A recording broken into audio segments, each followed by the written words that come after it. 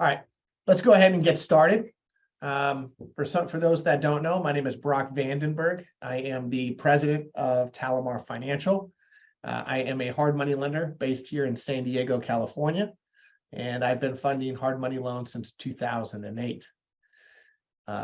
We have in our office here, we have 5 employees, and we also have employees throughout the Philippines, as well as in India as well, doing our software development. So today we're going to talk about the basics of a trustee investment.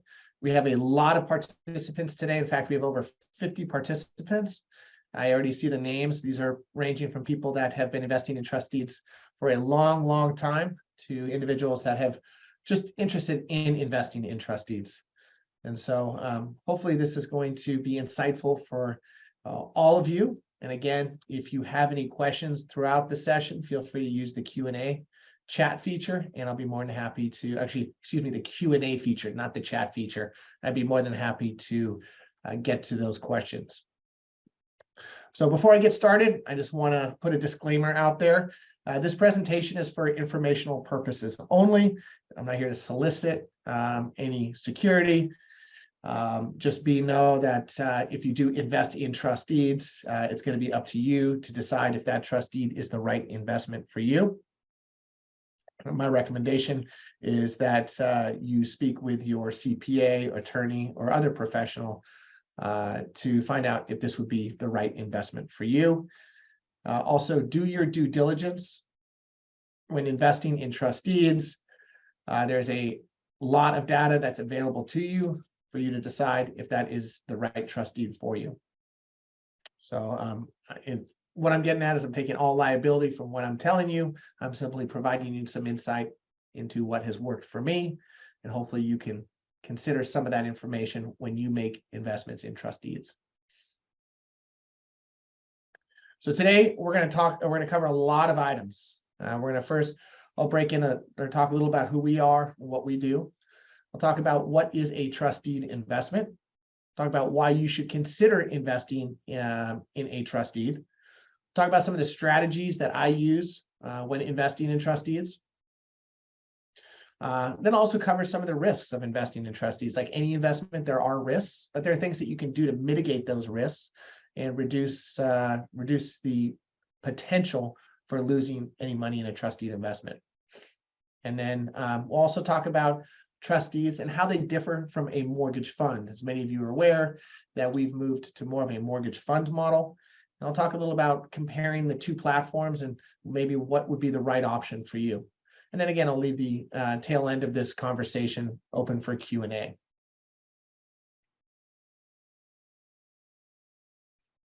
All right, so let's go ahead and start with a little bio here. So as of those who are not aware of who I am the president of TaliMar Financial. I originally graduated from the University of Michigan. I'm excited to see them in the postseason for college football. Hopefully, we should be winning it all this year. I've done coursework in real estate finance and accounting at local UCSD, University of California, San Diego. I started in real estate finance in 2001. And every time I say that, I just keep aging myself. But started as a financial analyst doing Excel spreadsheets for KeyBank, and then grew through the ranks at KeyBank up to vice president, where I originated loan volume for them. I then spent 2 years at the FDIC, or Federal Deposit Insurance Corporation. For many of you who are aware, the FDIC, they're the ones that insure your deposits at the banks. That was about 2008 that I started with them, and my responsibility was to shut down failing banks, and then I would underwrite their loan portfolio, and then sell that loan portfolio off to the private market. I do hold a mortgage broker's license and I'm a certified fund manager through the American Association of Private Lenders. Currently live here in San Diego with my wife and 3 beautiful children, and I play competitive tennis. So if I'm not here in the office, you're going to find me out on the tennis court. And no, I do not play pickleball for those pickleball players. One day I may, but I still have that tennis in me. Tell you a little about the company, TaliMar Financial. It's headquartered here in San Diego. If you're familiar with San Diego, we're up in Rancho Bernardo. Established in 2008. So I started funding trustees myself with my own capital, with what was going to be TaliMar Financial. And about 2010 is kind of when I went out to outside investors to invest in trustees alongside. I've funded over 850 loans, totaling over 350 million over that period of time. And I actively service a little over 50 million in outstanding loans. We did launch our mortgage fund, TaliMar Income Fund 1, in 2021. And we've been transitioning slowly from a mortgage or trustee model platform into a mortgage fund model. I'll go into why we decided to transition. So let's go ahead and get started with our details here on investing in trustees. So what is a trustee? So I went ahead and broke out in a paragraph what it is, and I wanted to underline the important words that we're going to be using today. So a trustee investment is a loan made by a lender to a borrower using real estate as collateral. So you've got a lender, you've got a borrower, you've got real estate, which will be used as the collateral. The borrower makes payments to the lender based upon the terms of the promissory note. So the promissory note is the document that the borrower signs, and that is the specifics of the loan. So how much that borrower is going to pay you for the loan, the duration of that loan, and all the other terms of your loan to the borrower will be written on that promissory note. The loan is secured with a deed of trust, which is recorded on the real estate that the borrower pledges. And so you've got a document called a deed of trust. For those that are not in the state of California and are in mortgage states, the same concept, similar to it, applies with a mortgage. Mortgage is recorded on the property, and that effectively places a lien on the property and tells everyone else that you're using that real estate as your collateral for a loan to that borrower. The deed of trust is going to remain recorded on the property until the borrower fulfills their obligation of the loan. So once they've repaid the loan, you go ahead and remove your lien against the property.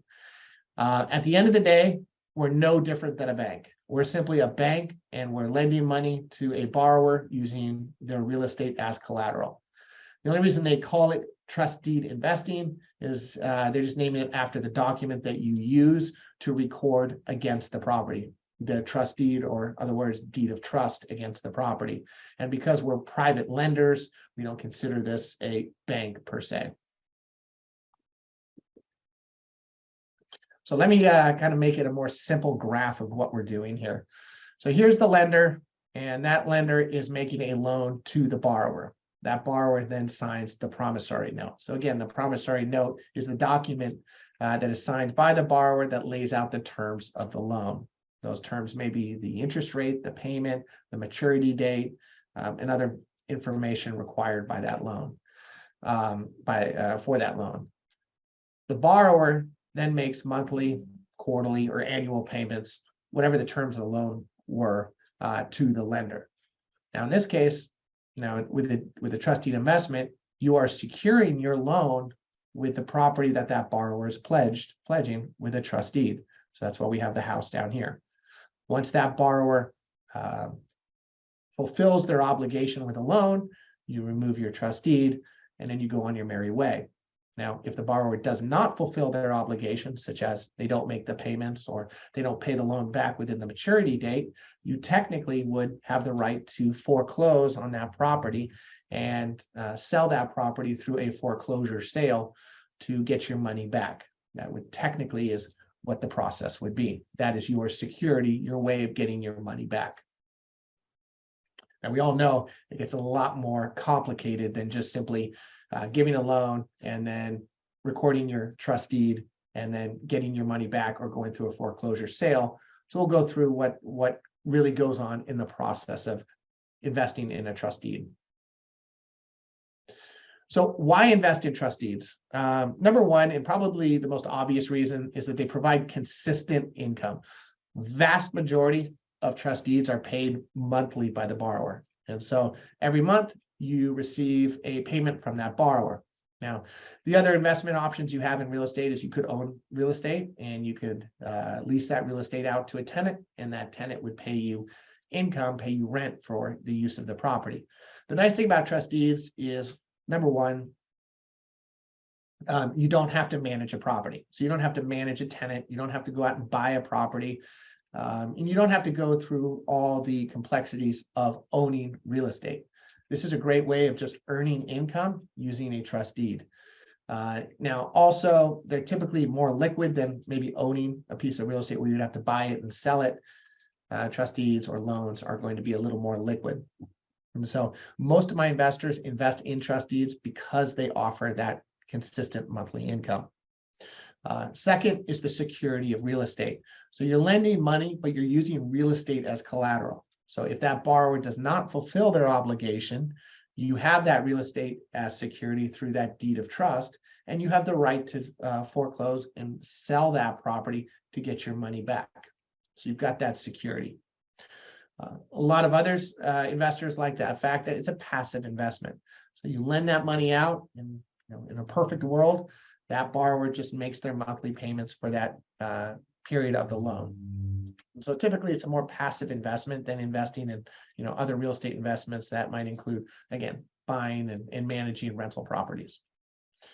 They offer competitive returns, and this is really today have really gotten competitive. And so if you were to look at the returns that I was lending, or the rates that I was lending at in about 2008, I was lending in the 10.5% to 11% range. Obviously, there's a lot of volatility in the market. We're in the middle of the financial crisis. And so there was a lot of risk. So I could charge a lot of money, or charge a higher rate for my money. About 2012 is when we got past the financial crisis. That's when a lot of capital came into the market, and you saw rates really driven down on trust deed investments, so much so that we were earning in the low 7% range in trust deeds from, I'd say, around between 2016 to almost mid 2021, end of 2021. However, most recently, with the Fed raising the rate, we've been able to increase the rate that we've been charging our investors. So most recently, I've been able to charge on loans in the 10 to 10.25% range. And that's here in Southern California. And I know I've got people from all over the country. I know people in the Midwest are probably getting a higher rate of return, maybe up in the Northeast. But here in Southern California, it's still relatively competitive. And so you're charging in the high 9 to low 10% range for solid first trust deeds. And then ability to invest in your market. And this is kind of one of the things I really like, is that if you were to look at my loan portfolio right now, is about 80% of the loans that I have funded are right here in San Diego. They're within an hour drive of where I am. I know the San Diego market. Of the 850 loans that I've funded, I got to say about 700 of them have been here in San Diego. So I feel really confident in my ability to understand the market in San Diego. And that is why you're probably not going to see me funding loans in Florida or on the East Coast or in the Midwest, even in Texas. It's just I don't know the market, and there's enough demand for my capital here in the Southern California market that I can deploy it here in Southern California. And that's what I would highly recommend to trustee investors as well. Really invest in your backyard. Again, I know you can chase yield maybe at a higher return at some of these other markets, but you're giving up the knowledge that you would have had if you invested in your backyard. And in your ability to fractionalize loans. And we'll get into what a fractionalized loan is. But if you were to look at the average loan size in our portfolio, it's about $550,000. A lot of my trustee investors don't have that amount of capital or not interested in deploying that amount of capital in a single loan. And so many investors will buy up maybe $100,000 of that $500,000 loan. So you may have a number of investors invested in a loan that's considered a fractional loan. And for that $100,000, you're going to earn the note rate for your $100,000. So for a lot of investors, it is more palatable to invest in larger trustees in the Southern California market by taking a fractionalized ownership in it. So let's talk about strategies that I use. So again, these are strategies that I use. I've talked to real trustee investors that have actually been in the game longer than I have, and they have different ideas or different things that they look at. But these are the things that I tend to look at when I invest in trustees. They're in no order per se. I just put them in this bullet point order, but these are all important when investing in trustees. So we're going to talk about loan to value ratio and why that's important. We're going to talk about real estate type and why that's important. We're going to talk about the loan purpose, why that's super important to understand. Why is the borrower asking for this capital? We'll talk about borrower credit, cash flow, and experience. I'm a credit guy. I like to see the borrower credit. I like to see that they have cash flow and they're capable of making the payments. I'm not in this game or in this world niche to loan what they used to call loan to own. So knowing the borrower is going to default and trying to earn income on default interest. That I think that may have worked in the past, but there are just too many rules and regulations now to play in that kind of market. Location, super important. So I'm going to be in more urban markets when I fund my trustees. You're not going to find me in super suburban or rural areas. During the last downturn, I got to see what happened to real estate in these tertiary markets, and it really got slaughtered. A lot of people lost a lot of money investing in areas that there just is not a lot of demand for real estate. So I like to stick with core urban markets. Yes, again, I'm probably taking a lower yield to invest in these markets, but I'd rather be safe than sorry. And then exit strategy. And this is, again, really important. How is the borrower intending to pay that loan back? Now, it's great that they can make the monthly payments, but I don't want to be in this loan in perpetuity. And so how do you intend to make that payment or that payoff? So let's talk loan to value ratio. So loan to value ratio is an easy calculation. It's just simply the loan amount divided by the value of the real estate serving as the collateral. So I used a quick example here. You're given a $50,000 loan. It's secured on a property that's worth $100,000, and the loan to value is therefore 50%. So in this scenario, the lower you go, the more security you have as a lender. The higher you go, the less security you have as a lender. So for example, in this scenario, let's say the borrower defaults and they're only able to sell the property at $75,000. Well, you're still going to get your entire loan amount back, okay? Because you've lent them 75 or 50,000. They're able to sell the property for 75,000. And there's enough equity there. Now imagine if you made that same loan, but let's just say it was a $90,000 loan. And the property value when you went into it was $100,000, but lo and behold, when it's time to sell the property, it's now worth $75,000. Well, there is not enough money in the sale of that property to repay your entire loan. And so when you start to go higher loan to value ratio, you're taking more and more risk. So my recommendation is this.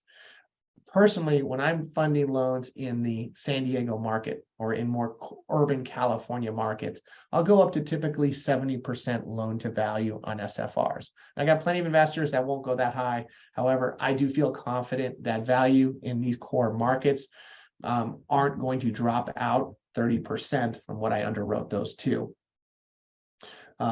Now, on commercial real estate, I'm going to go I'll cap out at 65% loan to value. Why? Because when you talk about SFR in terms of a property type, there's a lot more demand and a lot more buyers out there for SFRs, which is why they're going to hold value better than maybe commercial real estate, where you really have a small number of buyers that are actually looking to invest in or buy commercial real estate. Therefore, I consider commercial real estate as a higher risk, and therefore I want to be lower loan to value when I lend money on commercial real estate.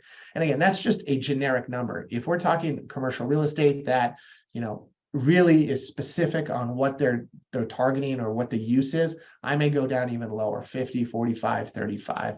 And that also depends on the borrower credit and some other factors. These are just general numbers that I use.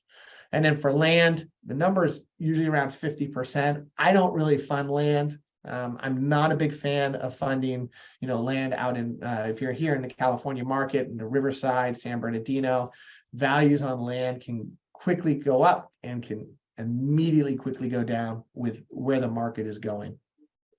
So I stay away from land. We'll talk about this unless it's a really core urban lot where it's already built out in terms of the land has been developed and there's a true exit strategy with the borrower. And even at that, I'm probably going to be capped out at 50% loan to value. More borrower equity is better. As I talked about, the lower you go in terms of loan to value, the more equity the borrower has, and that reduces the risk to the principal of your loan. I just saw a hand go up. If you want to go ahead and ask a question, if you could try using Q&A and type that in on the Q&A, I'd be more than happy to answer your question there. Question just came in. Do you loan on properties outside of California? You know, as I mentioned earlier, I really focus on the California market. In fact, I really focus on just San Diego. I know for a lot of lenders, that seems crazy in terms of really is there that amount of demand for hard money or loans here in the San Diego market? And the answer is yes. I mean, you can imagine the billions of dollars of real estate value in just San Diego. If you just took 1/1000% of that, there is demand for our type of capital out there. So I typically I stick with California. We've looked at some stuff in Arizona and Nevada. I funded a loan and cross-collateralized loan in Colorado. It worked out just fine, but I like to stick in my backyard. Next bullet point is actual cash equity versus perceived equity. So this goes into what a purchase loan and a refinance loan. I like to see I like to fund purchase loans. And the reason being is the borrower is putting money down. And there's this kind of idea, if the borrower is putting hard cash down on a purchase, I personally believe that they're more attached to the property. They've seen themselves put money down versus kind of a refinance, where maybe let's say they're doing a cash out refi and they bought the property 30 years ago. They may have put money down, obviously, on the purchase, but now they're pulling a ton of cash out. And now they don't actually have actual dollar cash in the deal anymore. They've already pulled that all out, and now they're pulling more money out. And even though you might be at 70% loan to value in both scenarios, the borrower that's already pulled their cash out, I believe, has just a little less incentive to maintain the condition of that loan. I can't put my thumb on it. It's just, I think that way. I just like to see them have cold hard cash in a transaction. It makes me feel comfortable. And then cross-collateralized loan. So a cross-collateralized loan is when you have not one property, but let's say you have 2, 3, or multiple properties securing your loan. Let's say the borrower is looking for, $100,000. They own 4 properties, each worth $100,000. So you want to secure your loan, we'll call a blanket loan across all the properties. And you add up the value of all the properties and you add up your loan amount, and that's what you get to your loan to value. Now, cross-collateralized loans, I'll typically pull back by 10% of what I would have originally lent on. So, for example, if it was a 70% SFR loan that I was lending on, but he's using a mixture of properties to secure his loan, I'll probably go up to 60% loan to value. On a side note, for those that invest in seconds, I don't do seconds. I mean, I've done them, but it's not a target loan that I do. On seconds, if you're in a second position loan on an SFR, again, I'll probably cap my loan out at about 60% loan to value. If you're new to investing in trustees, stay away from seconds. It's not worth the risk. You have to be in a position to keep the first current if the borrower goes into default. The likelihood that you have the cash required to keep that first current while you're doing a foreclosure probably is pretty minimal.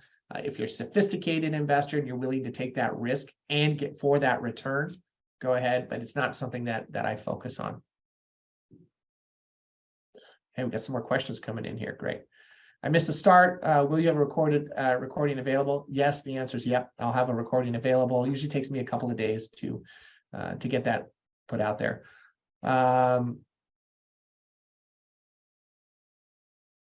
Concerned about San Diego housing market. Yeah, there's some concern that values of real estate in the San Diego market are too high. I look at the values of real estate in San Diego have been too high since I was brought onto this earth. And the reason why they're high is because the demand, there just is not enough supply of housing in core urban markets like San Diego for the demand. And that's why they're going to always remain high. And as long as there is NIMBYs, people that are not going to allow future development, you're just never going to be able to build enough housing and overbuild for San Diego. There's just plenty of buyers out there that have money, and rates, the interest rate isn't a concern for them. We talk about, well, with rates going up, you're going to have fewer buyers. I almost disagree with that. I would say that you actually have buyers now coming off the sidelines, buyers that were so sick and tired of trying to put an offer in, and they had to put an offer in, without even seeing the property. It was so crazy. Now they can actually view the property. They can somewhat negotiate the value, the price of the property. And so you're seeing more buyers actually coming into the market. Right now, if you look in San Diego, I can't state, for Arizona and what you're seeing in Nevada. I know Nevada and Arizona have seen some significant price declines. And I think that's because a huge number of investor buyers have exited those markets. But again, it comes down to supply and demand. And that's why I like the core urban San Diego market. Do a question. Do you have other lenders that do seconds with your first note? Yeah, occasionally. So we fund a lot of first trustee. Obviously, we fund first trustees. Sometimes we do fix and flip loans. So they may have an equity partner come in and they'll record a second on the property. Again, I like that. I like the second on there because it's effectively, you're now getting two guarantors. You've got not only the guarantor who took the loan out with you, but you got the guy in second position that needs to keep your loan current because they don't want us foreclosing. So now you've got him also have a financial interest in maintaining and making sure that our loan stays good. And these are again are on fix and flip loans. Do you use lender financing? I'm not sure I understand your question. Maybe you're asking, do I finance the trustees that I lend on? In our mortgage fund, to kind of skip over to the mortgage funds, is we do have a credit line on the mortgage fund that we use to maintain kind of cash flow within the fund itself.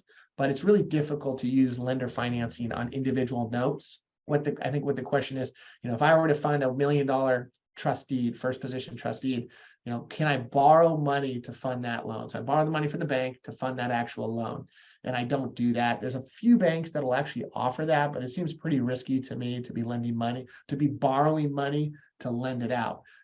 For a while there, I had a couple of investors that would borrow from their credit lines. So they would have they're on their personal residence, borrow from the credit line because the rates on those were super low, and they could arbitrage the payments that they were receiving from the loan against what they were paying for that credit line, and we're making a pretty decent return.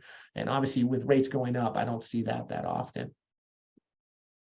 Very cool. Hey, thanks again for those questions. They're super important because they kind of give me an idea of what you want to hear, and I guarantee you other people have a very similar question.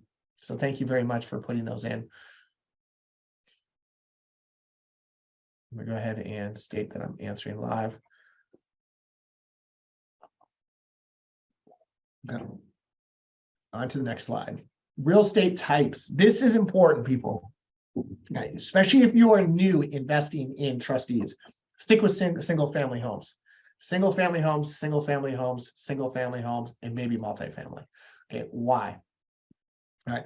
The most popular real estate that transacts is going to be single family homes. Okay, the government has set up financing programs for people to help them buy houses. The financing is available for people to buy houses, and so that's why it's the most transacted type of real estate. It's going to offer the lowest risk. It's going to have the lowest price changes in a volatile market.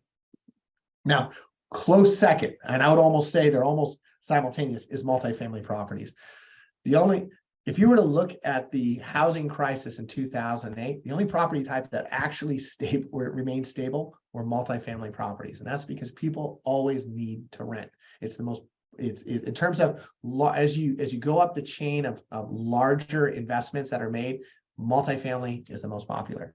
So multifamily is definitely okay. First position multifamily properties that show income, That's going to be a close second behind single family homes in terms of real estate types that you want to focus on. Then you get into this category of commercial, industrial, retail, mixed use, and other types. All right.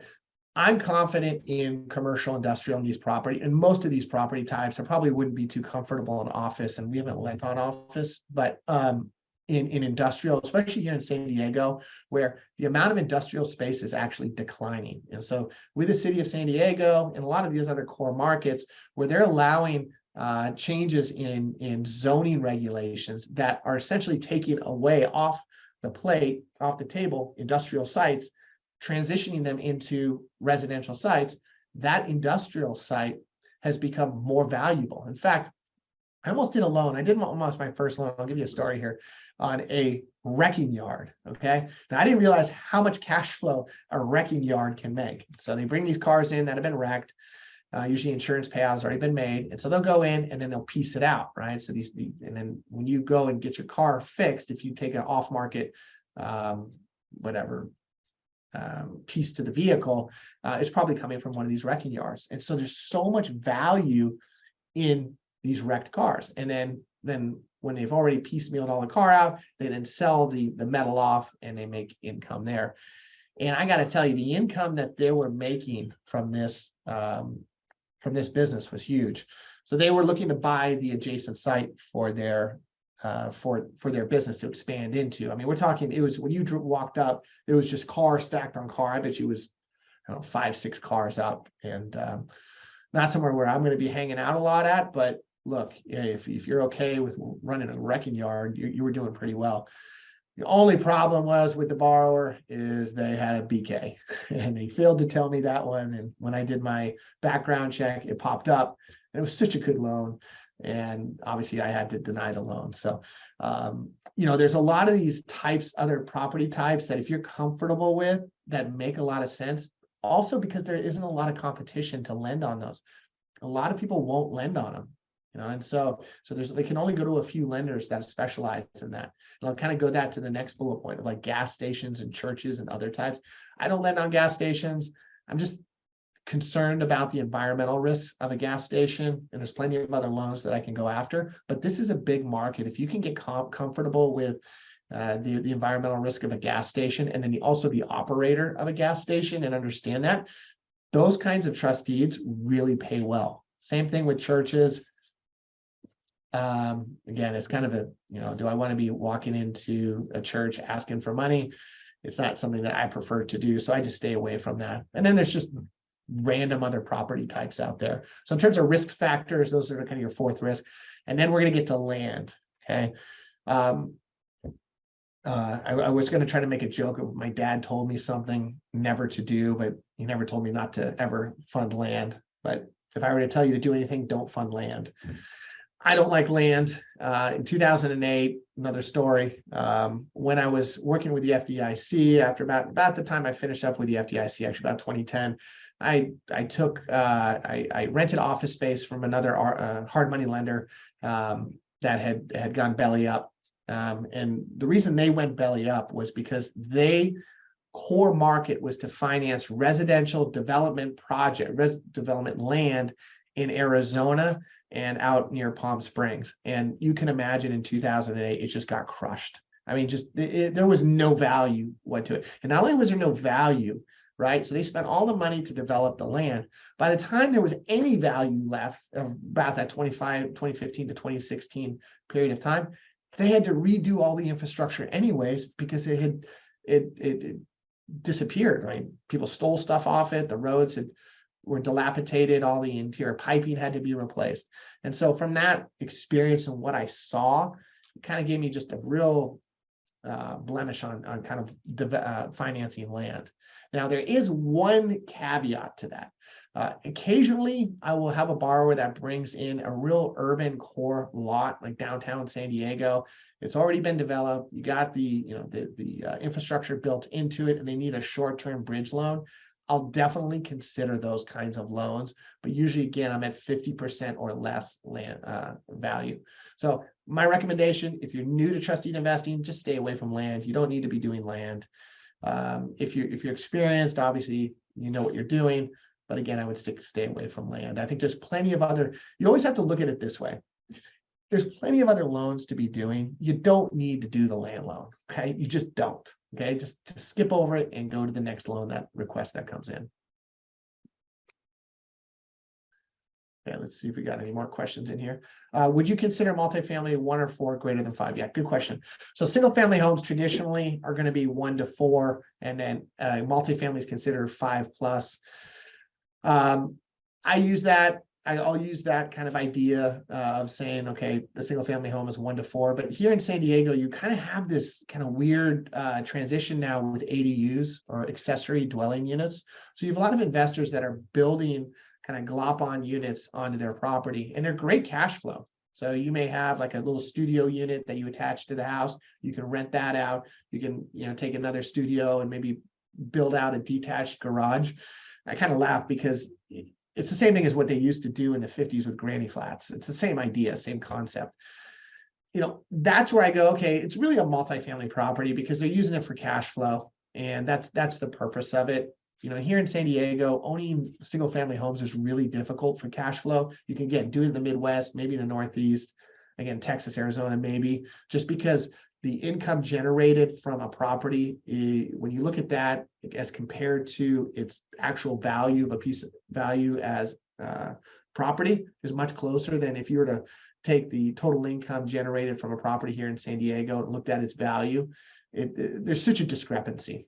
So that would be my answer. It's not that clear, but yes, 1 to 4 single family, and anything 5 and above is would be considered multifamily. What is the difference between a mortgage and trustee investments? Am I missing it? The same thing. So essentially, a mortgage is some states are mortgage states, some states are trustee states, and really the difference between a trustee and a mortgage is between between the owner of the property and the lender. Okay, so you have 2 parties. In a trustee, you actually have what's called a trustee. So you've got the borrower, the trustee, who technically holds the note, the promissory note, and is supposed to be the intermediary between the borrower and the lender, is that trustee. That's the major difference theoretically, but the idea is absolutely the same.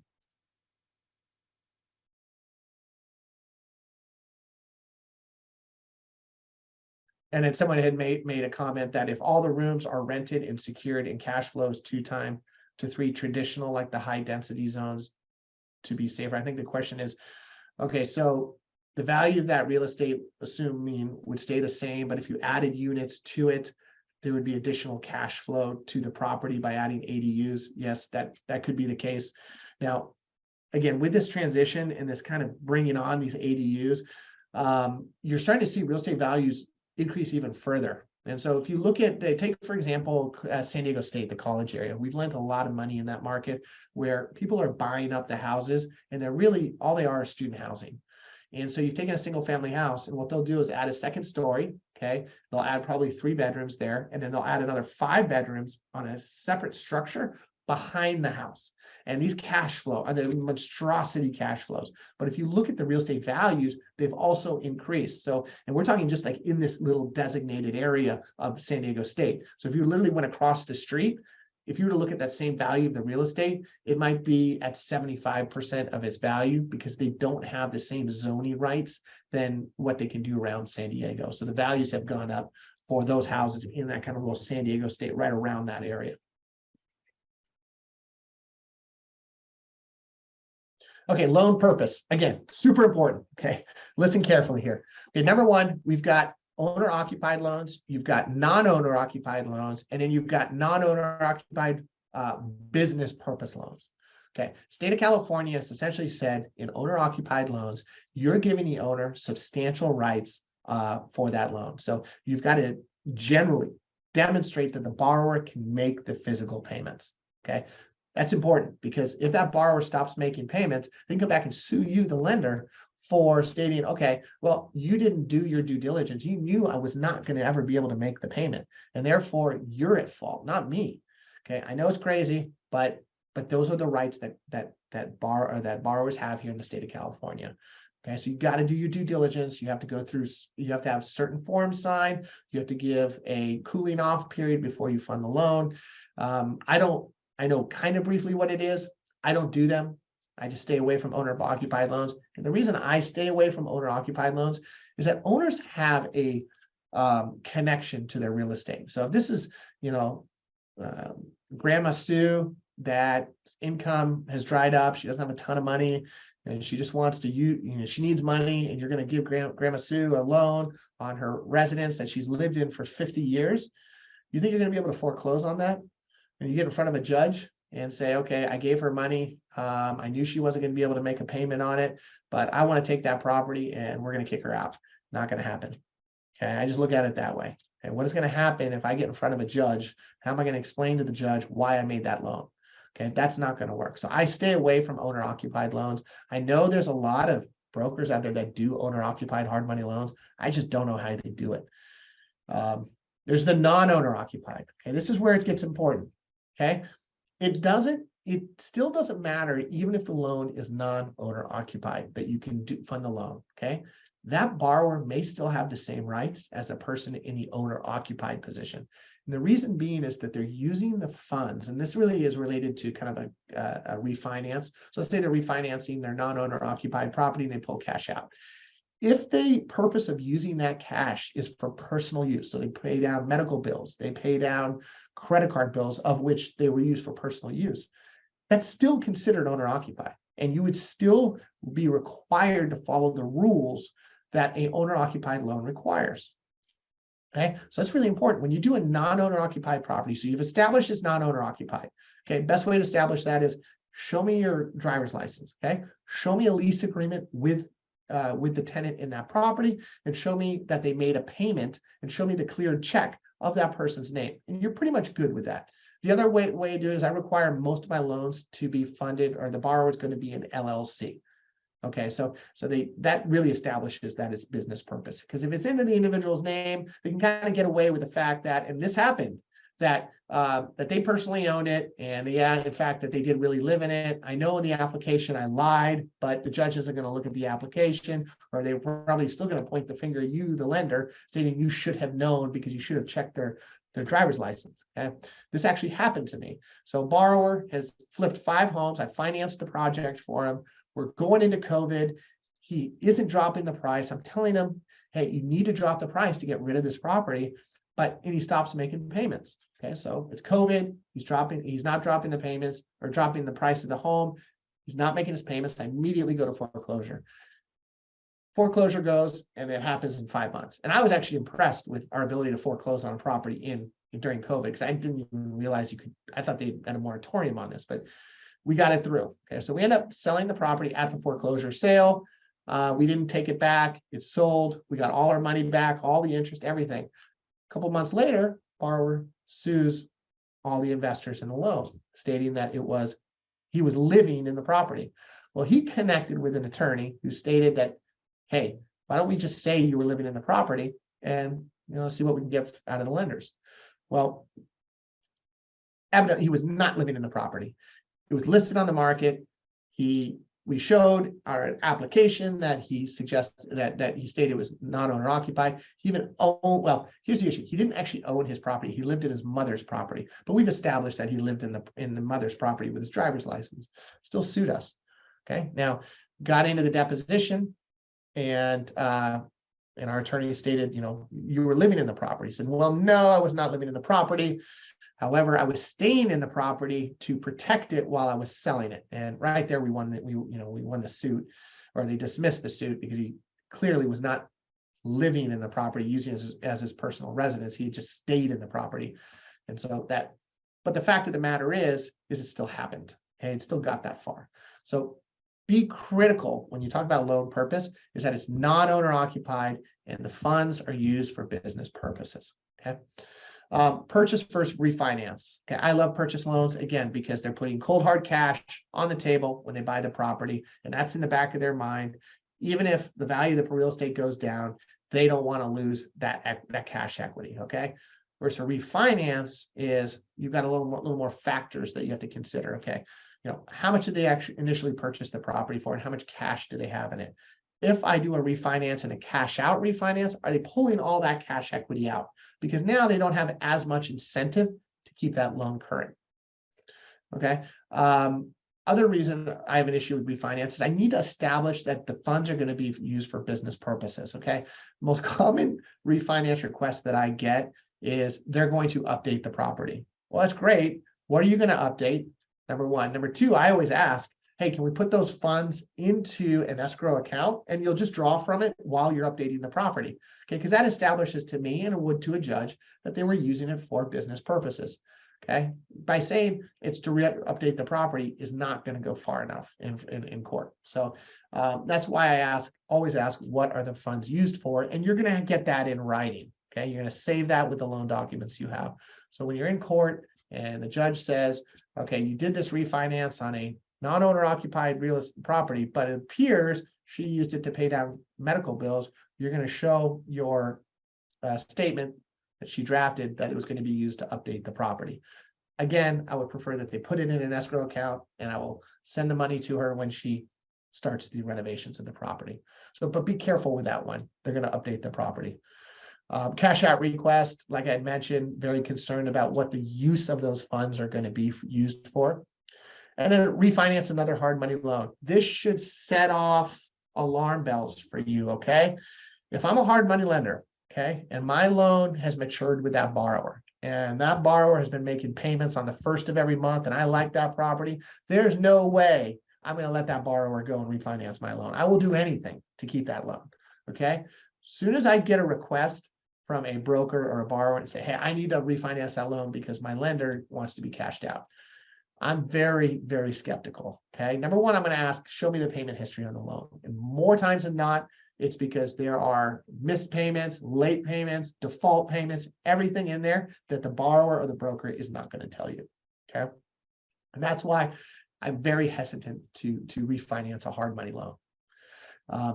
And then the purpose of bridge loans, fix and flip loans, and ground up construction loans. Okay, this is important because there's like the three main loan types. You've got your bridge loan. Your bridge loan is based upon the real estate that they're using as collateral. Their intention is not to update the property. The exit, either you're funding a purchase loan and they just need the funds quickly to get the purchase done and they'll refinance you out with conventional loans. That's probably the best loan you can do because the borrower probably has decent credit as long as you've confirmed that with them that they can actually get a refi. But a bridge loan is just based upon current value. They're not going to be updating the property. You don't have to deal with construction, any of that. Just clean, easy deal. There's the fix and flip loan, and I love these loans.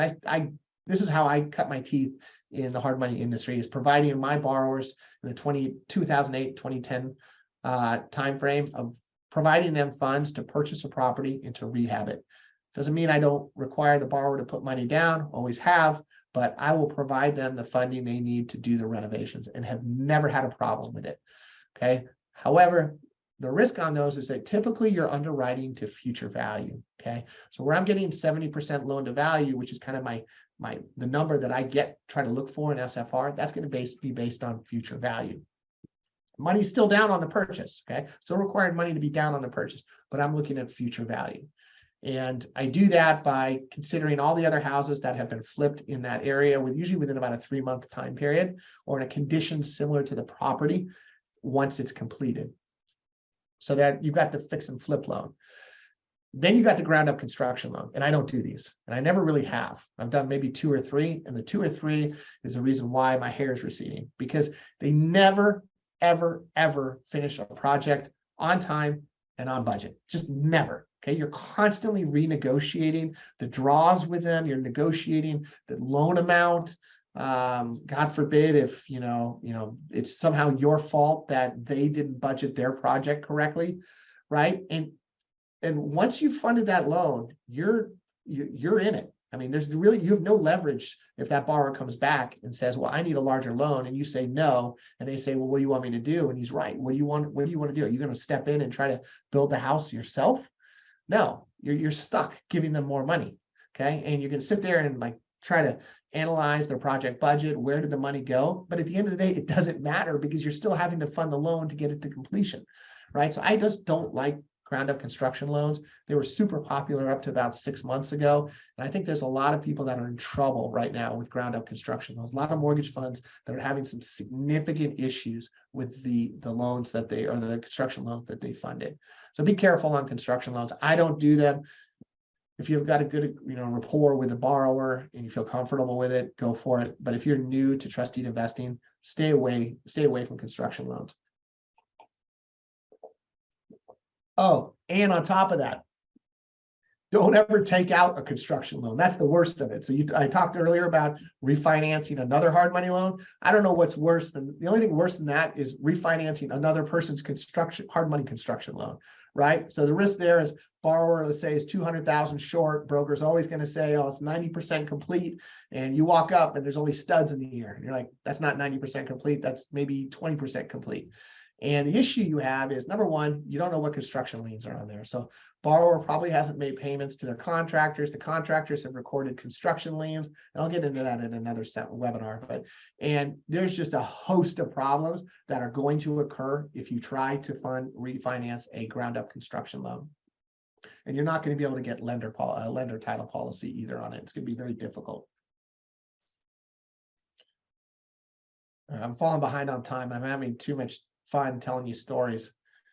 Can you get into practical underwriting steps when a deal comes in until closing? Like, what is the process, like the underwriting and underwriting standpoint? Yeah, I can do that. Thanks for the answer. Okay. So I'll get into that a little later on kind of what the underwriting process is for me. And, but, I honestly have a full team that we've developed entire strategies around underwriting and the whole process, the steps that we take. Okay, borrower credit, cash flow, and experience all kind of combined together. Number one, and I got to start flying through some of this stuff, is that credit score. I don't fund loans below 675. Why 675? I made the number up. It's just that I find that anyone under 675 has serious delinquency issues on revolving credit. I don't want to lend money to someone that can't pay their credit card bills. You want to know why? Because they won't be able to pay my loan. Okay, that's it. I'm not the lender out there that's funding the guy or the borrower with a 500 credit score, because that's going to become my problem. There's plenty of hard money brokers that'll provide you that kind of financing and again, or provide those kind of deals, and you probably get a low loan to value, which is going to sound so enticing, and you're going to get a high rate of return on it. Again, so enticing. The only thing that's not enticing is that you're going to stay in litigation with them for a year. And you would have looked back and said, you know what, I should have never done the loan. Okay. Again, there's plenty of other loans to do. Stick with borrowers with good credit. I run my shop as somebody that wants to fund loans that these borrowers or the property is very bankable. It's just for whatever reason, they can't go to a bank at that moment. That's how I look at it. I don't want to deal with borrowers that aren't making payments, because I got to hire staff to manage that. And that costs me money. So at the end of the day, I just want to see, by the 5th of the month that all my payments are in, I'm a happy guy. And we just keep moving forward and originating new loans. I don't want to be going back and forth with the borrower, asking why the payment isn't arrived, him saying that it's in the mail and it really isn't in the mail. And it's just not worth it. So I stick with credit scores above 675. But it goes further than that. You really want to look at the credit report to see, again, do they have issues with revolving credit? Do they have an issue with mortgage payments? That's a real big one right there, is mortgage payments, understanding why they have issues with their mortgage payment. And then you can also look at BKs. So on that credit report, you should be able to see BKs within the last, usually 10 years. You can go further back than that. Other thing that I'm looking for is litigation, bankruptcy, and other. We talked about bankruptcy. I don't like borrowers that have done, that have gone into bankruptcy. Litigation, do a quick Google search, find the person's real name, and just do a quick Google search on them. Okay. You're going to find if they're involved in litigation, and just stay away from those kinds of people. There's actually a case just recently, and this has really been an issue in California, where a large hard money lender gave a loan to a borrower on a house up in Northern California. I'm going to gloss over kind of the details here. Well, borrower stops making payments, goes into payment default. Hard money lender goes and starts the foreclosure action. They initiate the default rate. Okay, the default rate is usually, if the rate of the loan, let's just say, is 9%, hard money lenders will put in a default rate of, let's say, 17 or 20%. Okay, so that rate goes up as soon as they go into default. And really the idea there is to cover our cost for the foreclosure process. Yeah, some people look at it as additional income. I don't. It's just going to cover my cost of doing the foreclosure. Well, the court ruled after 2 losses by the borrower that the lender that the lender cannot charge default interest on a payment default. Okay, they can do it on a maturity default, but you could only charge default interest on the outstanding payment. That's crazy, right? So now it's being litigated again further up probably go up to the California Supreme Court right now. But if you looked at it, if you had looked at the borrower, just did a quick Google search, number one, you would have noticed that he's been in litigation with a bunch of other people. Okay, that should have just been a red flag right there. And he's an attorney. Okay, so combo there, you probably could have just done a quick Google search and said, you know what, I'm going to go move on to the next loan. Fourth point, ability to show payment. I know we're hard money lenders. I know we're loan to value lenders. Okay, we're collateral based lenders. I get that all. However, I want to have the borrower show me that he can make the payment. Okay, I don't want to step into a loan and in the first month he can't make the payment. Okay, now I'm not going to go to a debt income ratio. I'm not going to go into all of that, calculations. But I want to see, okay, are you W-2 income? Do you have, other types of income? Tell me how you're going to make the payment. Okay, and then show me evidence of being able to make the payment. All right, that's really important. Some of the sophisticated lenders may not care as much, but I care. One of the other things I do is if the borrower shows, some that they can make the payment, but I'm just not really confident in their ability to make the payment. If it's a cash out, like say, for example, cash out refinance, I'll actually put on a 12-month loan, 12 months of payments in an account, okay, with my servicing agent. Right? And then we'll put them in there and we'll just draw from it every 12 months. So the payment, the loan remains current. And then they'll have to refinance that loan after at the point of maturity. So that just keeps the payments current. And then experience. So as I mentioned, we do a lot of hard money loans for fix and flips. I want to see the borrower have some kind of experience doing these kinds of projects, or they've at least aligned themselves with borrowers or with other people that have experience. Okay, so if this is the first project that they're buying, I may require a little more down, or they're going to do it, in concert with a flipper that's done a ton of deals. And so I want to see that experience on the fix and flip loans. And then if you're interested, or if you're going to be doing construction loans, same thing. They better have built some type of project in the past. You just do not want to start lending money to somebody who's just right out of the gate, or whose brother is a contractor and is going to be able to do the work for them. You're going to want somebody who's got some experience. Okay, location. Again, I keep saying this, it's really important, but it is really important. I like core urban markets. I hate lending in rural markets, okay? Because rural markets, when the market goes bad, you can never sell that real estate. You can't get out of that project or that property, right? So in my experience, when a loan starts to go bad, you really put pressure on the borrower to either refinance your loan, okay, or sell the property. And I've been very successful in doing that. Hey, borrower, I think it's best that you maybe refinance us out of this loan, which is why you never refinance a hard money loan, because it's probably in a bad position. But if they're not going to be able to refinance it, they'll just sell it. Okay. If there's enough equity in the deal, you just have a conversation and say, look, you've got this much equity in the property. Why not just sell it? Because the only thing that's going to happen is I'm going to charge default interest, which is going to take your equity away, and it's going to go through a foreclosure sale and sell at some percentage less than what the value of that real estate is. In most cases, the borrower is going to understand that, especially if it's an investment property. Now, they might not understand that or want to hear that if it's their personal residence that they've been in for 50 years, because they have a connection with that property. But if it's an investment property, in my experience, they understand that. Okay. Now, if a market goes bad and you're having that conversation, much easier to sell a property in a core urban market where there's demand versus out in Riverside in the middle of nowhere. So my recommendation is stick with core urban markets where there's a lot of transaction volume. Another story. Sorry, I know I'm cutting on time here, but Joshua Tree. Again, it's an area I'm not going to lend in, but I can't tell you how many transactions I get in Joshua Tree, and it's always the same. somehow there's a huge demand for Airbnbs in Joshua Tree. Okay. I'm not going to take my family out to Joshua Tree to stay in an Airbnb, or at least my wife won't let me right now. But it seems to be there's a huge demand. I don't think there is. And so I think that a lot of people look at opportunities when the market is really frothy and there's demand and people are buying properties. But I guarantee you that Airbnb is going to be a difficult sell when the market goes down or even flattens in areas like Joshua Tree. And again, I apologize for those that own properties in Joshua Tree.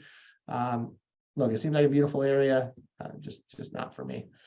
Especially if there's no tennis courts out there.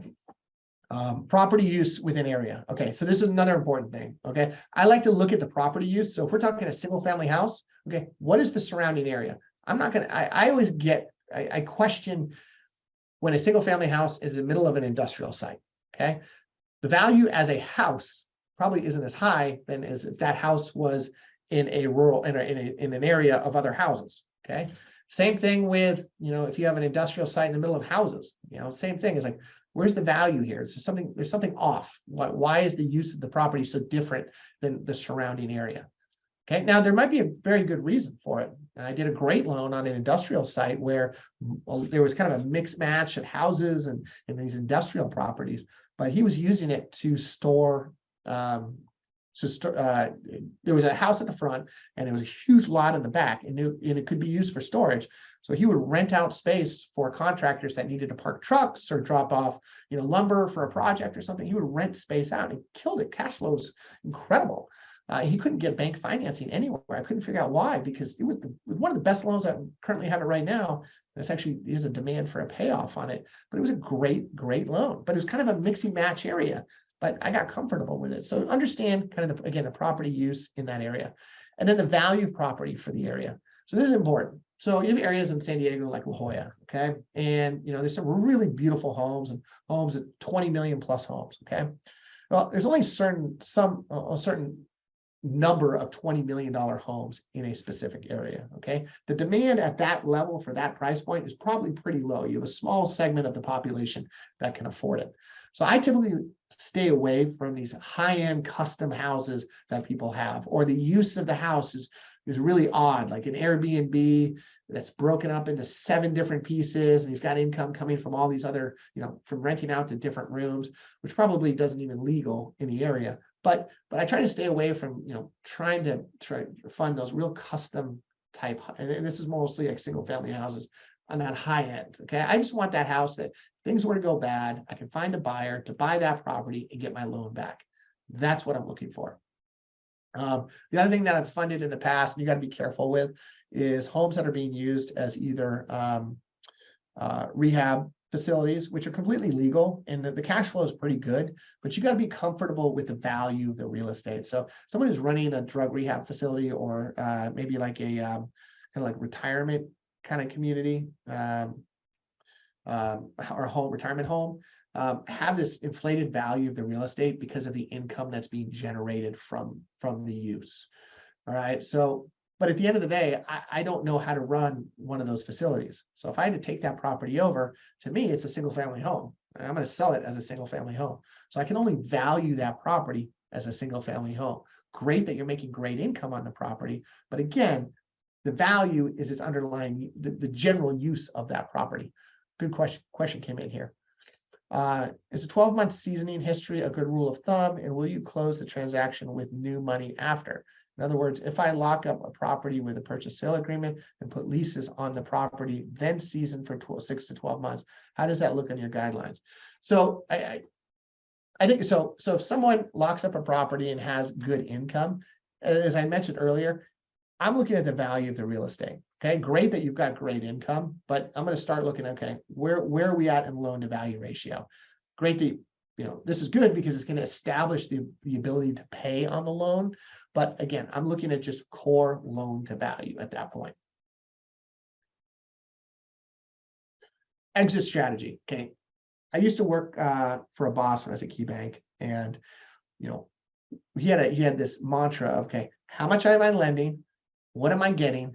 and how am I getting my money back? That was his three points. Every time I had a loan that came in, right, and we were doing, at that point, we were doing what's called mezzanine debt or gap funding for big residential development projects.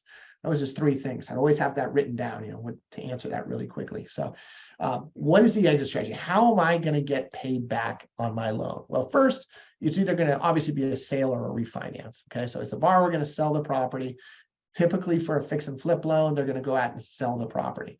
I love fix and flip loans because it's such an evident, the exit strategy was going to be the sale of the property. More recently, we've started to see some refinances.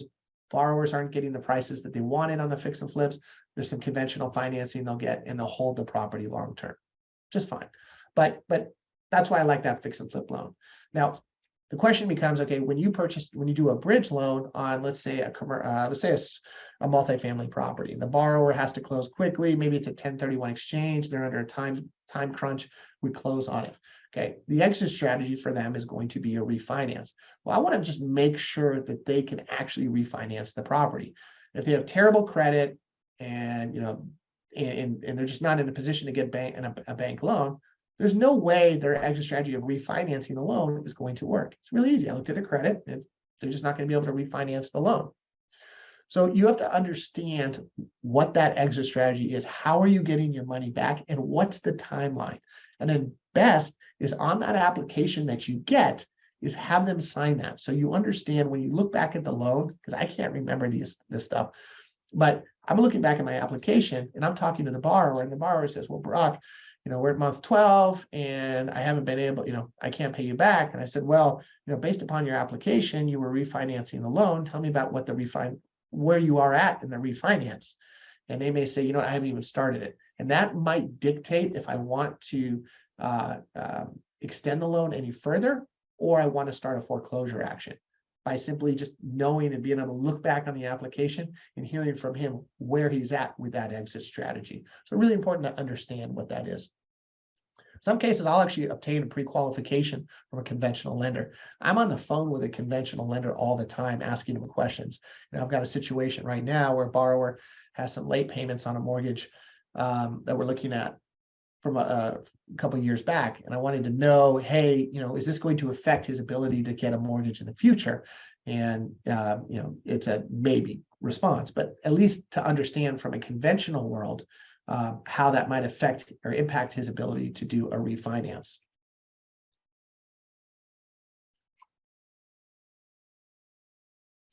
Okay, so right here, I'll kind of jump into the question came in is, what is practical underwriting steps when a deal comes in? So the practical underwriting steps that I take are those 6 bullet points that we talked about. So I'll get on the phone and I'll get a understanding, how much are you looking for? Where is the property? What's the, calculate loan to value? How's your credit?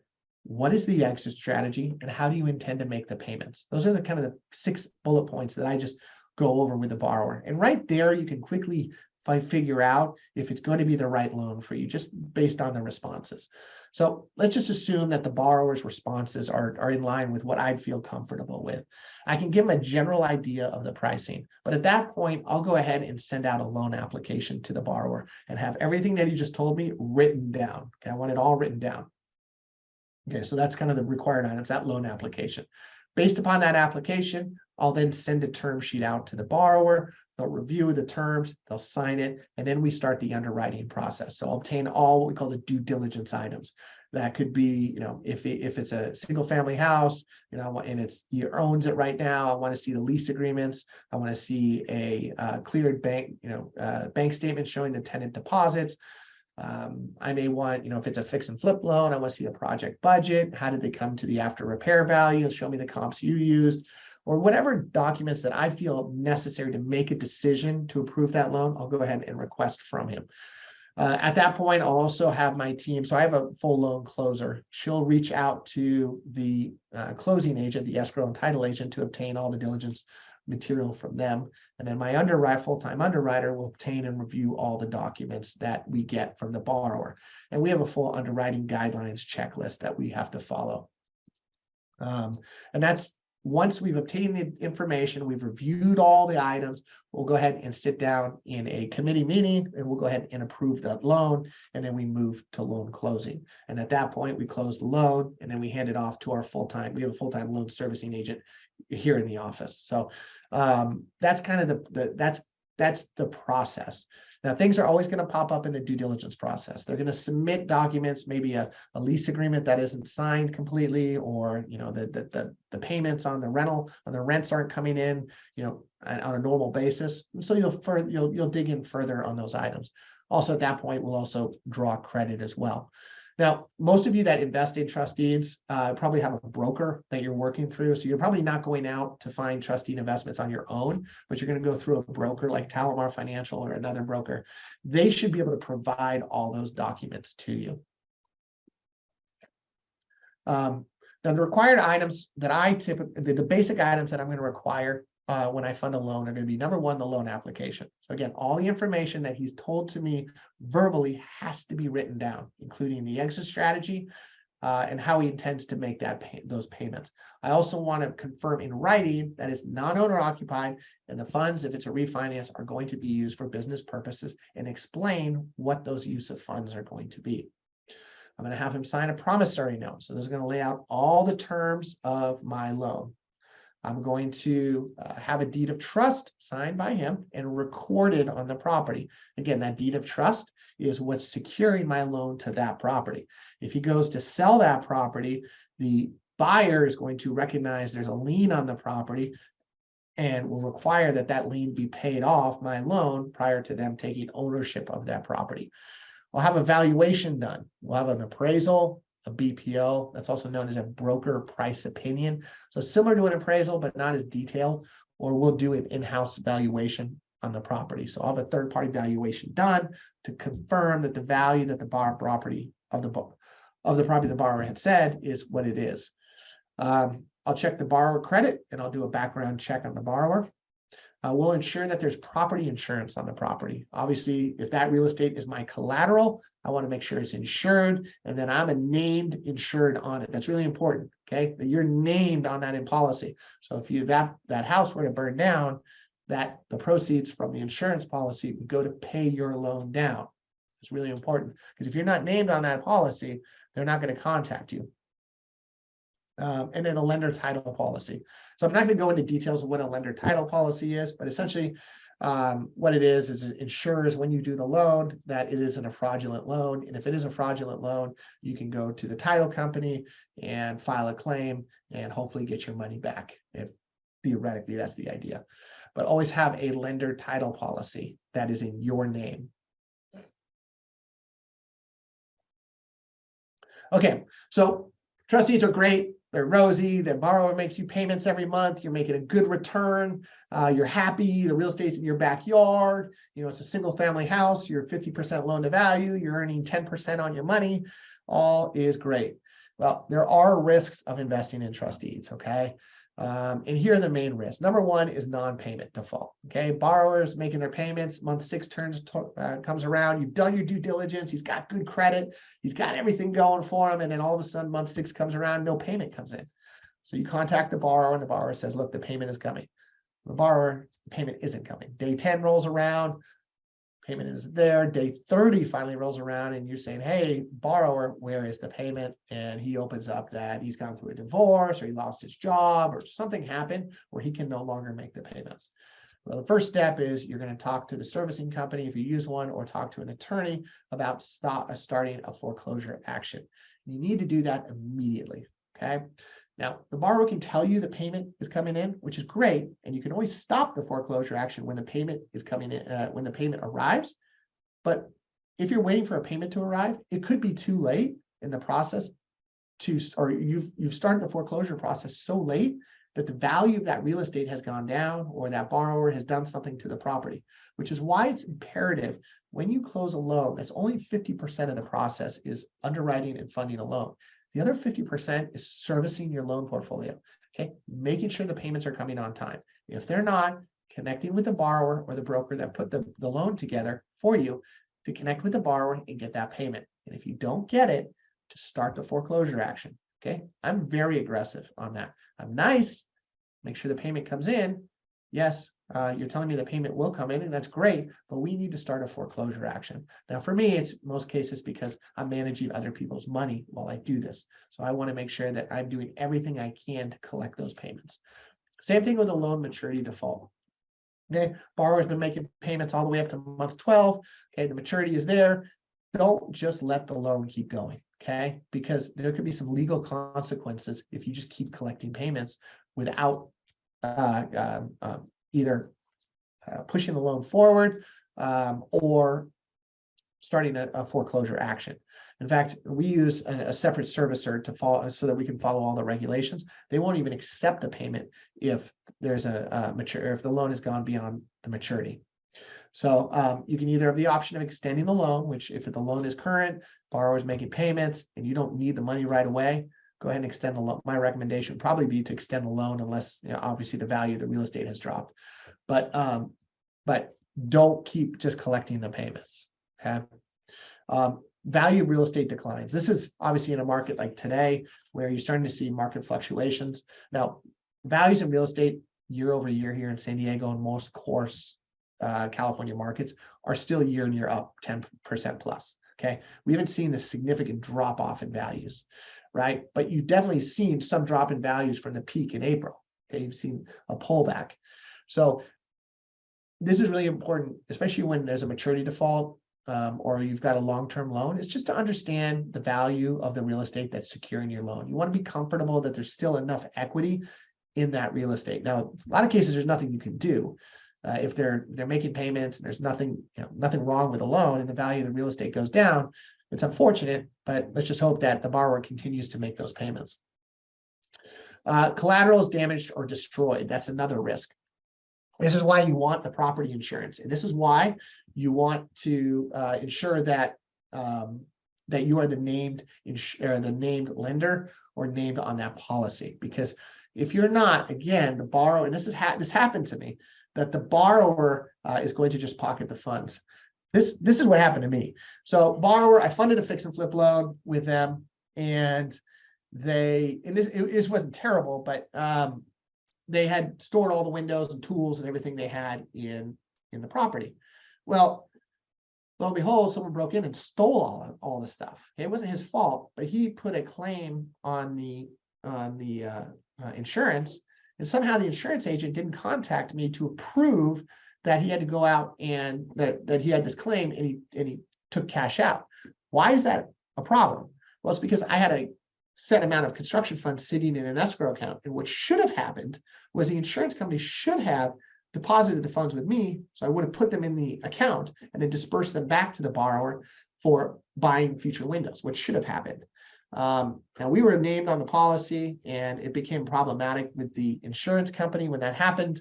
We got through it, but that's why you want to be named on the policy. Question came in here. Average number of deals that you look at to get one deal. Good question. I would say we look at 10 loans. I would even say it's greater than that for every one loan. Now, I'd like to caveat that because I get calls like right now. I probably had 7 calls on loan requests today, or just being on this call already. Most of them are just a quick no. Hey, do you fund in Tennessee? Do you, to fund in another state? Okay. Then you've got the people that are asking for seconds behind properties, and then you've got people that really popular right now are these construction extension loans. So borrowers in mid-construction and they need to refinance to get another 200 for construction. A lot of that kind of stuff. That those are the loans that we just don't do. So let's just say of the 10, we actually put out 3 term sheets, and maybe of the 3 term sheets, we'll get 1 loan out of that. And we're funding in the peak. Earlier this year, things have slowed down a little bit. In the peak, we were doing 10 to 15 loans a month. Things definitely have slowed down a little, but we've made it more on larger loans. So it's not an issue. It's just we're not doing the smaller loans much more. It's more of the larger loan sizes that we're doing. So I'd say for every 10 loans, maybe around 10 to 12 loans, we get 1. So we talked about collateral. Borrowers unable to complete construction. Yeah, this is a big issue. Yeah, if you're in a construction loan and the borrower isn't able to finish the construction, you're in deep water with them. So you better have reserves to be able to fund that loan, fund the future construction. There was a time when values were going up in real estate so much that they could probably refinance it with another hard money lender, but those times aren't around anymore. Most hard money lenders are not funding construction loans, and they're definitely not funding what I call construction kind of recapitalization loans. So stay away from the construction loans. And then the risks of litigation. So if you are a trusted investor and you initiate a foreclosure action against a borrower, that borrower can lawyer up and sue you directly. You are the lender and you will get sued. And I have been involved in litigation on this kind of stuff. So that is a risk.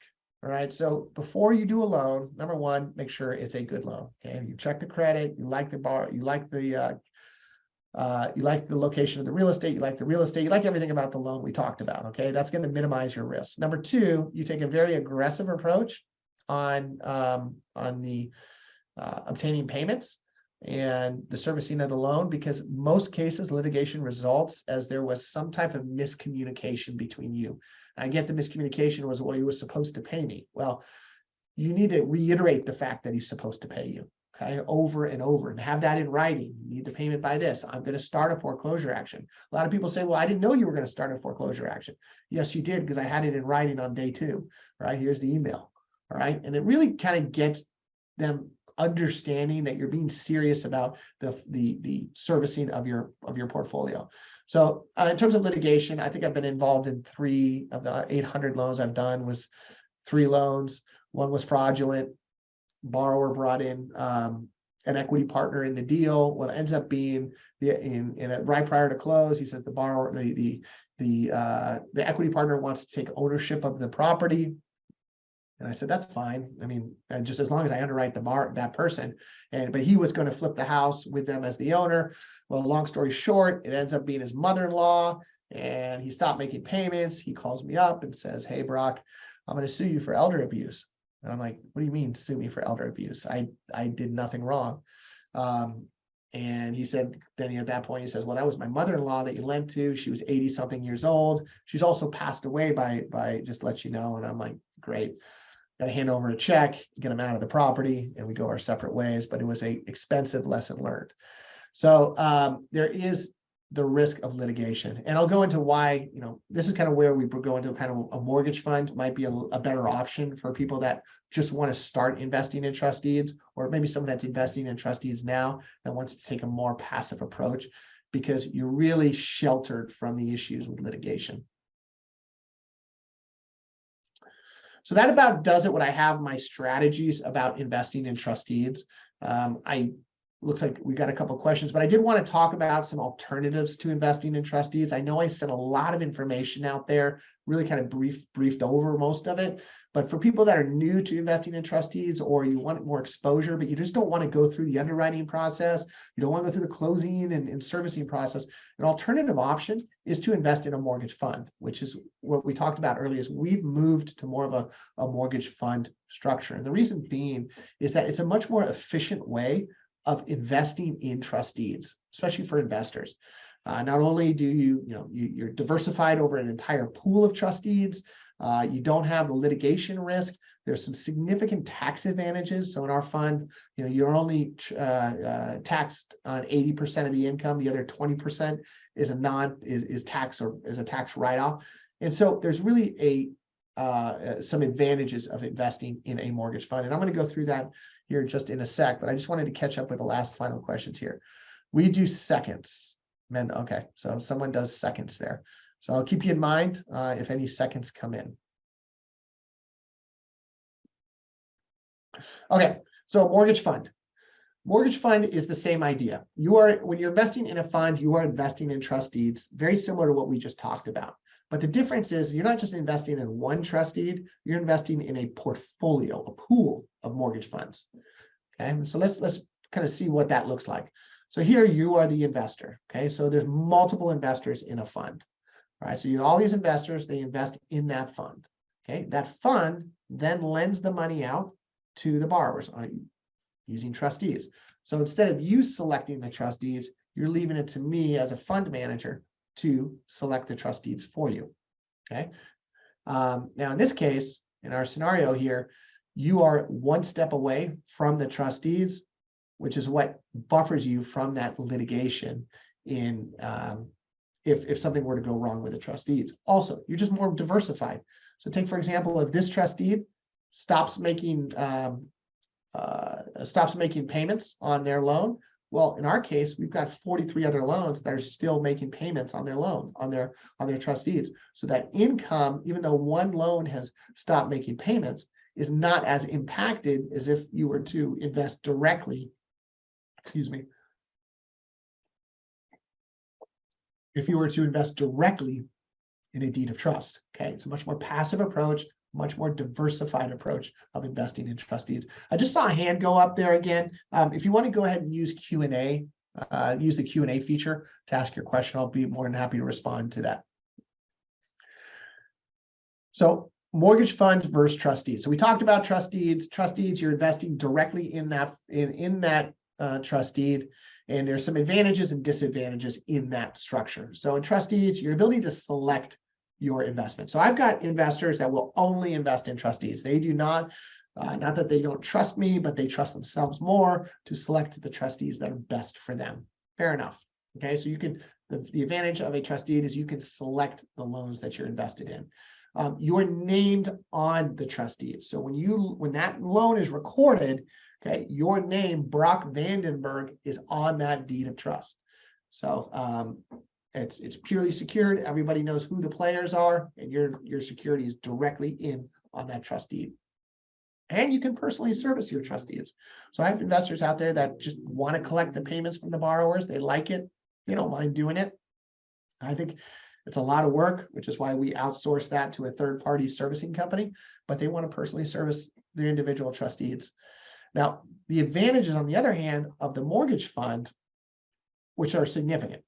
Okay, so number one, we talked about you're more diversified in a mortgage fund. So instead of investing in one trustee, you're diversified over, in our case, our portfolio, 44 loans. Okay, there's some tax advantages. Okay, so in trustees, it's ordinary income.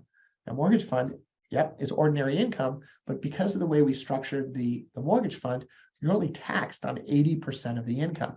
And this is not capped by any W-2 income. So it doesn't matter how much income you have in a year, you're only going to pay 80% on the income generated from the mortgage fund.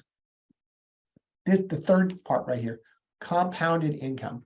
Okay, in a trustee, you're going to get a payment every month, right? And that payment is going to sit in your account, and most likely there's nothing you can do with the payment. You can't reinvest it. It's not big enough. Okay, maybe there's some people that need that income for daily expenses, which is fine, but it's just going to sit there until you accrue enough to go invest in another trustee. In a mortgage fund, on the other hand, you can take the monthly payment and have that deposited into your account, or you can reinvest it and be added to your principal investment in the fund. That addition then earns income itself. So it's like a savings account, right? It's just constantly earning income based upon the principal amount you have invested. You can't do that in a trustee. Okay, you're protected from litigation. Okay, if we fund a loan and the borrower sues the lender, they're suing us. They're not suing you directly. You don't have to go through the litigation. All right, so you're sheltered from that litigation. Liquidity. In most cases, a mortgage fund is going to be more liquid than a trustee. You have to wait for that trustee to pay off. If it's a 12-month term, you're locked up for 12 months. Could be longer if the borrower needs to extend the loan. In a mortgage fund, you invest in the mortgage fund, and in most cases, in a market that is running correctly, you can request a withdrawal, and that withdrawal may take up to 90 days. Typically, we've been able to do it much shorter than that, but you're going to be able to get your money back out. Now, if there's a huge disruption in the market or the mortgage fund, and there isn't a lot of payoffs in the portfolio, you may have to wait longer for your distributions. The mortgage fund offers a much more passive investment, and it kind of goes into investment timing and money. So when you invest in trustees, we'll go ahead and post it on our portfolio, on our platform. And I'll tell you, that trustee will get picked up within minutes, right? You're going to have everybody, subscribing to that trustee. So it's like a big feeding frenzy, and people get frustrated. People get mad. I get the calls about how it wasn't fair that they weren't home to see that we had just listed a new trustee. Okay. Secondarily, they may not have enough money for the entire trust deed, or the trust deed is smaller than what they want to invest in. So they may, let's say the trust deed's 250,000, but they need to invest 500,000 total. So they can only invest half of what they need to invest. The mortgage fund, on the other hand, offers you a platform to invest the amount of money you want at the time you want. So if you've got 500,000, go ahead and invest it in the fund day one, okay? And it's constantly invested, all right? Maybe you're reinvesting the proceeds of the 500,000. So now it's compounding, okay? And you're earning the tax advantages of investing the 500 into the fund, and it's a more diversified approach. So there's a lot of advantages for for most trustee investors. The mortgage fund is more advantageous. So tell you a little about our fund, TaliMar Income Fund 1. We've got roughly 23.7 million invested in the fund. I recently actually put out a promotion because we have so much deal flow coming in right now. We've got a promotion going on right now that you'll get a $500 credit to a minimum $50,000 investment. And this goes for new investors and existing investors. So if you invest $50,000 into the fund, I will match it with $500, and therefore your investment becomes $50,500. So you get a $500 credit. It's a promotion we're doing through December 15th. If you're interested in learning more about it, just reach out to me and I'll talk to you about it. But it's a great promotion. I mean, we launched it Sunday. I think I raised a little less than $1 million in less than 24 hours on that. So the October yield for the fund was 7.95%. So we've seen a significant increase in the return of the fund. That's a great return. I say earlier this year, we're low 7%, but a lot of our older, lower yielding debt is burning off, it's getting paid off, and we're replacing it with higher yielding loans. So we anticipate our target goal right now is to be the 8.25% and 8.5% range sometime in Q1 and Q2 of next year. Distributions are monthly, so you can choose to receive a check every month, or you can reinvest those distributions back into the fund. Our security is primarily first trust deeds, secured obviously on real estate, using the same techniques and strategies that I use to underwrite trust deeds. I'm using obviously for the mortgage fund. Our market is the Western United States, but you're probably going to see that 80% of our portfolio is invested right here in San Diego. The investor type, you have to be accredited. What accredited means you have to have a net worth of $1 million or greater, exclusive of your primary residence. So you just provide us either a letter from your CPA stating that you have a net worth of $1 million, or you can provide a statement showing that you are that you are an accredited investor. There's a couple other questions came in here. Oh, thank you. I guess we have another 50K added to the mortgage fund. Thank you very much. And then trustees, can you make a higher return? Here's the deal. So we structure our trustees so that you're not going to earn a higher yield than investing in the mortgage fund. We incentivize our investors to invest in the mortgage fund. And I'll kind of go into the weeds here. So on trustees, if I'm charging a 10, well, let's take a step back. How do I make money on what I do right here? So the way we make money is that we charge the borrower points. Okay, the points is a percentage of the loan amount. So if I charge 1% of $100,000, I earn $1,000. Okay, that's what I earn as a lender fee. Okay, I also earn money by taking what's called a servicer spread on the loan. Okay, so if I charge the borrower 10%, I give the investor typically 9% in the mortgage fund. The mortgage fund gets 9%. There's a 1% spread. Okay, not a big money maker for us, but it keeps the lights on. You know, if we're not funding a ton of loans in a certain month, it's nice income to be able to keep the lights and moving. So that's how we make majority of our income is made on the lender points and that servicer spread. Okay, so we charge 1% to the mortgage fund. Now, if you were to invest in a trust deed, on the other hand, I might charge 1.5% to 2% as a lender spread. So it's going to be a much bigger spread. All right. And the reason being is that trust deeds, to service a trust deed, is very costly and takes a lot of manpower. So at our height, we had 55 million outstanding in trust deeds. Actually, we were up to close to 60 million in trust deeds. And that was 400 individual investors, and it just became chaotic, trying to answer all the questions for the investors. When is a loan going to pay off? Why is the borrower not made their payment on the first? All of these questions are coming in, and I have to hire someone specifically just to manage the trustee investors. And then forget about when we posted a new loan and the feeding frenzy that would occur. People were left out. So they had money, they wanted to invest, but I didn't have enough deal flow for them to invest in. Or the loans that we were providing didn't meet the metrics that they wanted to invest in. And so, that happened late 2020, and that's why we went to more of a mortgage fund model. So to go back and answer your question, the mortgage fund right now is going to earn a higher return than the trustees that we offer.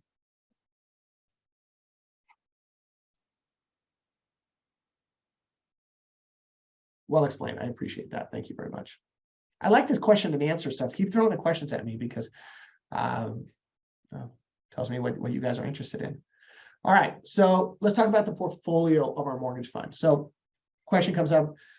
We've got roughly 24 million in loans invested in the mortgage fund. Now, keep in mind, right now I run kind of dual platforms. We've got the legacy trustee model where I still have loans with individual investors on every one of the loans, but we've rolled those, and most of those investors, as they pay off on their trustees, they roll their funds over to the mortgage fund.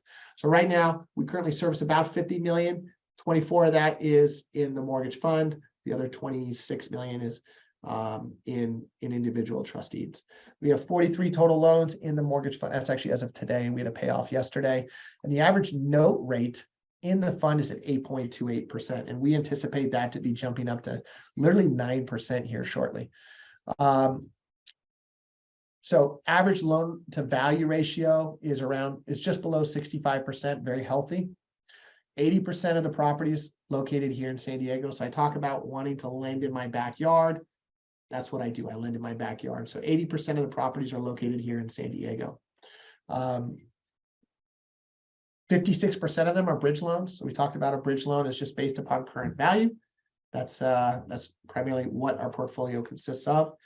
And then the property type, 74% are single family homes. I like single family homes. They're a great product. The problem with single family homes, though, are the loan sizes aren't large enough. So as we grow as a fund, probably going to see a percentage of single family homes as being the underlying asset will decline. You'll see growth within multifamily, which typically have larger loan sizes.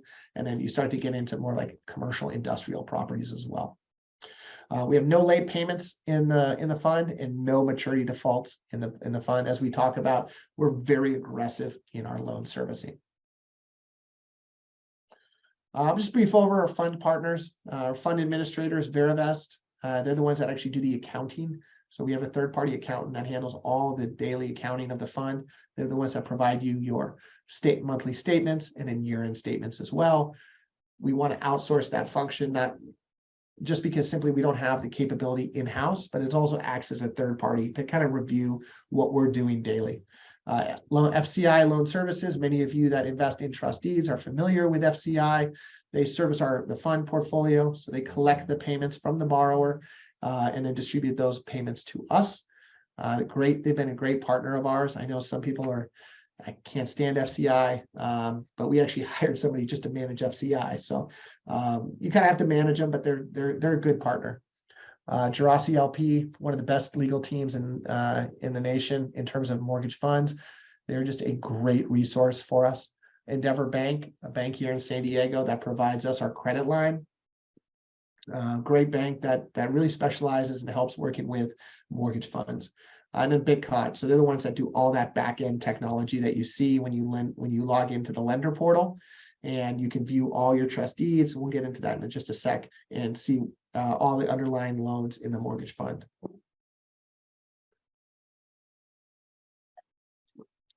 So I'm going to jump real quick. We do offer a lender portal. For those that are not familiar with TaliMar Financial, we obviously use technology to manage our day-to-day operations. And one of the things we do offer are trustee investors the ability to log in and view your entire portfolio of trustees in the mortgage fund through the lender portal. So I'm going to go ahead and open that up.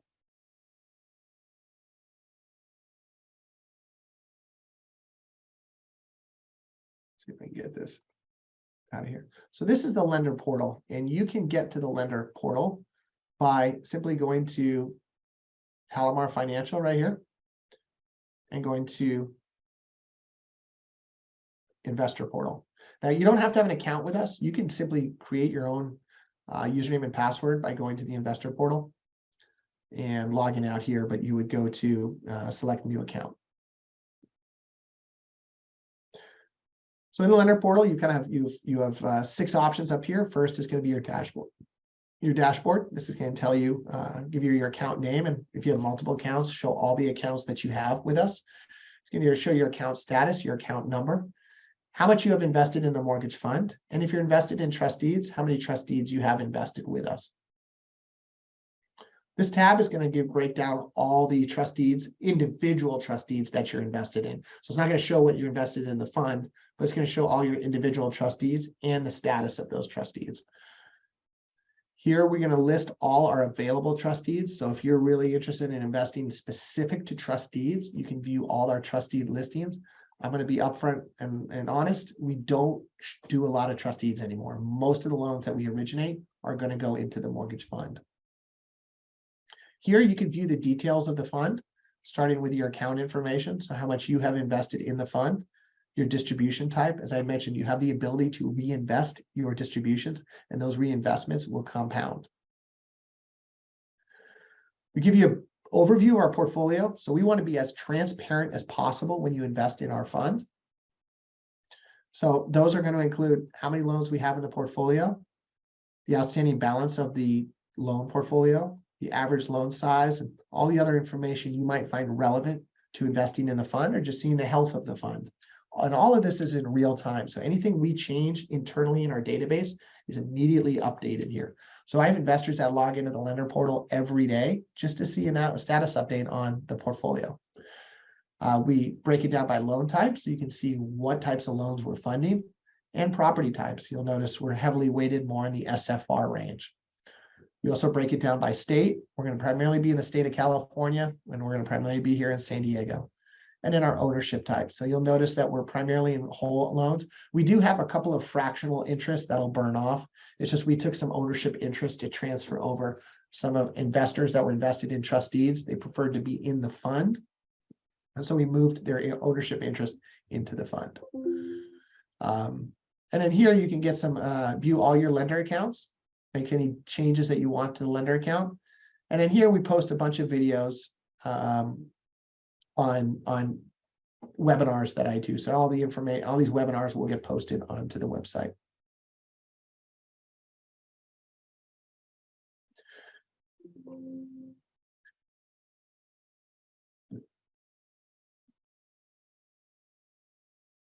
So I'm just going to end it. Why TaliMar Financial? We've been at this for 14 years. I invest my own money. In fact, I have over 500,000 invested in the mortgage fund. So I not only invest other people's money, but I also invest my money into the mortgage fund. We've had a consistent track record of investor returns and return of investor capital, which obviously is important. We've developed proprietary software that allows us to identify issues quickly in our loan portfolio, and we provide full transparency in our loan portfolio. So a lot of questions I get is, Brock, show me all the loans in your portfolio. You can actually log in and daily view all the loans in our portfolio. We rely heavily on third-party subject experts. So we've outsourced our legal, outsourced our fund management, outsourced the servicing. We focus on core property types in urban markets and strong borrowers. So we're really going to be that lender that's going to be focused on funding loans that are just bankable, but not, right? So we're not going to be going after people with poor credit, don't show cash flow, or property isn't going to be something that we're interested in funding. So we're kind of that bankable hard money loan lender, I call ourselves. And the last is we really focus on education, accreditation, and verification. So our team constantly going through educational programs. I just earned my actually version 2.0 of a fund manager certification through the American Association of Private Lenders, constantly being accredited with new accreditations, and then just verifying that the information that we're rolling out to our employees is learned. If you're interested in investing in trustees, or in the mortgage fund, just reach out to me or my investor relations team. I'll give you our contact information. For the mortgage fund, you can request the executive summary. I'd be more than happy to share that with you. You can submit your pledge right through our website. So you go online when you're ready to submit that pledge online, and we'll go ahead and process that for you. If you're interested in investing in the fund, you will have to go through the accreditation process. It takes about 2 or 3 days. You have the option of either getting a letter from your CPA, who will provide you the template letter and signed that you have a $1 million net worth, or just provide us evidence through bank statements or brokerage statements that you have that net worth. Once you sign the subscription agreement, you wire your funds in, and then you're active in the mortgage fund.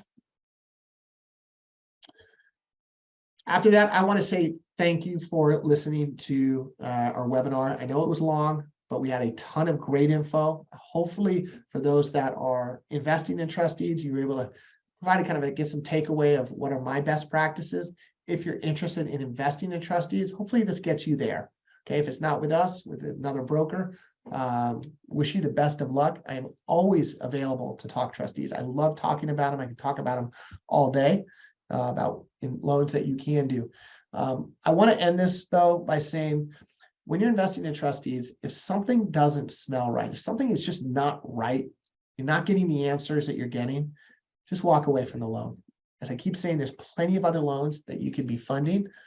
Focus on funding those good loans, okay? You don't want to be stuck in a bad loan that at one point was paying really well, but it becoming a legal hassle for you. So with that, I'm going to go ahead and finish up. If you have any questions or want to connect with me, here's my contact information. Give me a call at this phone number, 858-242-4900, or you can email me at bvandenberg@talimarfinancial.com. If you want to get more information, watch some of the other webinars, you can either go to talimarfinancial.com or go to our YouTube site, TaliMar Financial, and view all that educational material that we're posting. Be sure to subscribe to the station and definitely give this video a like when it's posted and you liked the content. Looks like some additional questions have come in. I'm going to go ahead and jump on those questions here. Thank you. So someone had mentioned that it's good to know that there's more info on the site. So yeah, for those that want to log into the lender portal, we post all of our video content right there. So go ahead and watch some of those other webinars. Thanks very much for the shout out there. Yeah, so a bunch of shout outs. Hey, I really appreciate it. Again, I want to say thank you for watching. I'm always available for a conversation. Wish you the very best. And if I don't hear from you before the holidays, have a great holiday and talk to you in 2023. Take care.